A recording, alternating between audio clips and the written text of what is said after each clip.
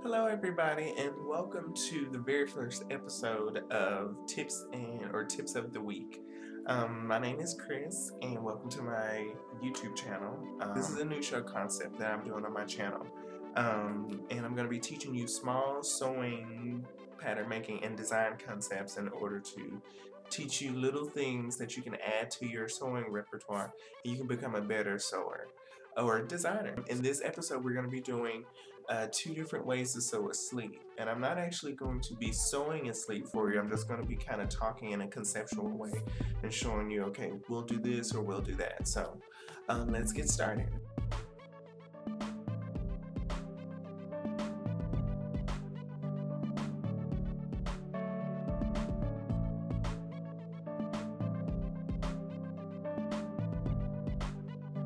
Okie dokie, so we're gonna say this is the front. Oh, that's a backwards F, okay. And this is the back.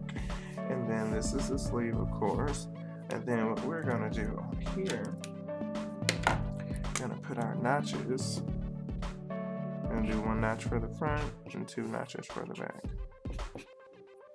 And the same thing on here.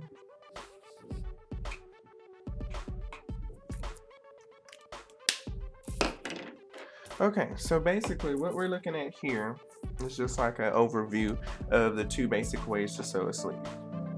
Now, this is the way I think most people are used to sewing sleeves, and usually we'll just say this is the front bodice and this is the back bodice or torso, or you can call it a shirt or whatever, and this is just like the center, okay? And so we're just looking at half of it. So if you look at this, you have the shoulder sewn, and then you have the sides sewn, and then you come over here to the sleeve, and the sleeve, this underarm seam has been sewn already.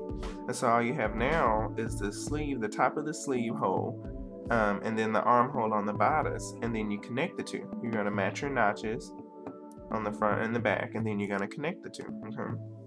Now, if you come over here and look at the other way, this way is much more easy, and you have your front bodice and your back bodice. This is the neck, okay? You have your shoulders sewn already, and this is the armhole that's open. So we don't sew this side before we sew the sleeve in, okay? So this way is much easier. We're going to sew the sleeve in here, insert it here, match your notches, and then sew this whole seam, and then the last seam you have is going to be this seam here. And then you'll just close it and sew that seam up, and you're done. So when you really think about it, this seam has one, this will be two seams once you connect this, and then three seams going up the side. This has one seam here, two seam there, three seam there, and then once you connect this, that's seam number 4. So as you can see, even with this way, you're actually sewing more seams than if you do it that way. Now, of course, it gets more complicated as you get different types of sleeves. Like there's even the two-piece sleeve like you have in suits, which one will be like that, and then the other will kind of be like this. And then you'll sew the two sleeves together. I think sometimes they have notches or something here. So, you know, something like that, whatever. And then you match the notches, and then it's going to create a sleeve that looks just like that. The only difference is you have two seams. Bam, and then you have a seam on the back like that. But you're pretty much going to sew it exactly the same as this method once you get the sleeve put together. And then your bodice is going to have two seams, or your jacket or whatever is going to have two seams. One seam coming in here, and then another seam in the back doing the same thing. Make sure you can see that. Okay.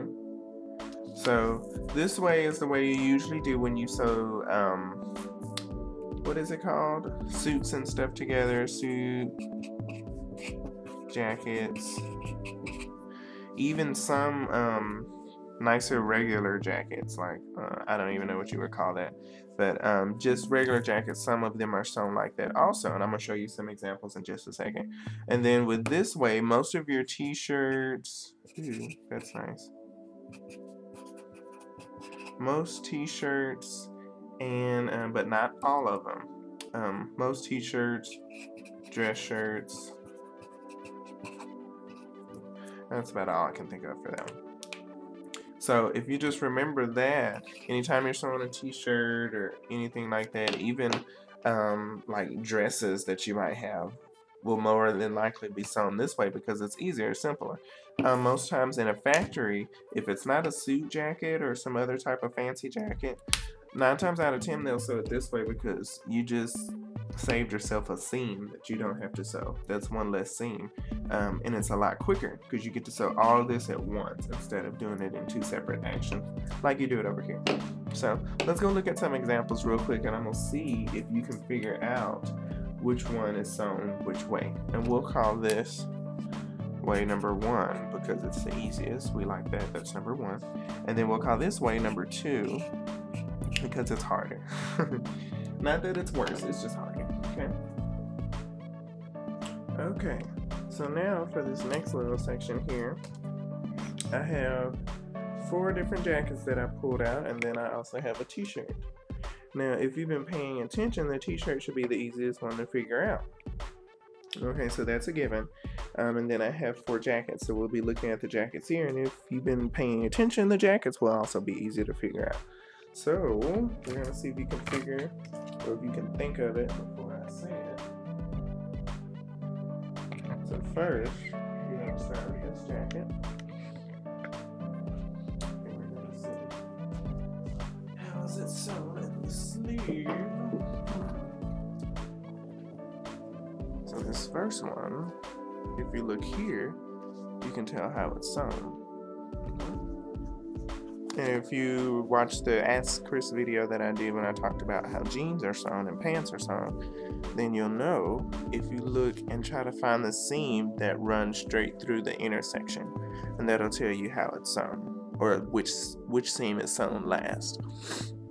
And that would be this seam right here. So this one is sewn with method number 1, which meant that they sewed the sleeve onto the body of the garment first, and then they just sewed this whole seam all at once.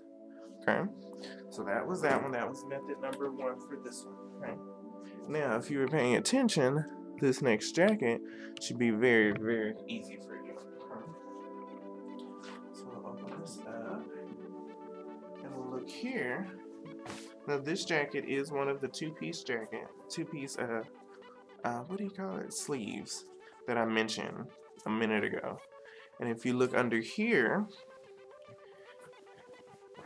if you open this bottom of the sleeve up here, you can see that this is sewn using method number 2. Usually when it's two-piece sleeves, it'll be sewn this way. I don't think I've seen a two-piece sleeve that's been sewn using method number 1. So that shows you that right there. And now let's look at the next jacket.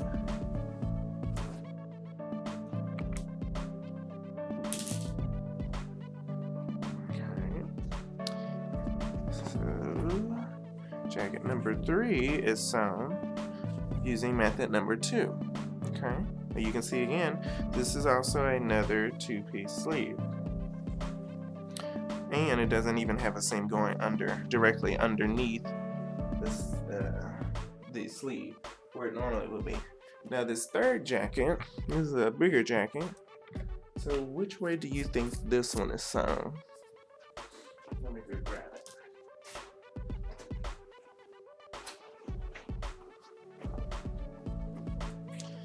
Alrighty, did you think of something? Okay, so let's see. This one is actually sewn using method number 1, if you can see that on here. And once again, you can tell by the way the seam, this long seam is the last seam because it goes straight through the intersection. This is a seam and that's a seam, and they're both intersecting right there to make a T shape. This seam, you can tell was sewn last because it goes straight through. That's that one. And then lastly is the t-shirt. Well, which way do you think the t-shirt is sewn?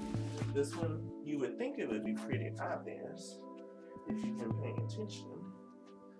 But this one is actually going to fool you a little bit, because this t-shirt doesn't have any side seam in it.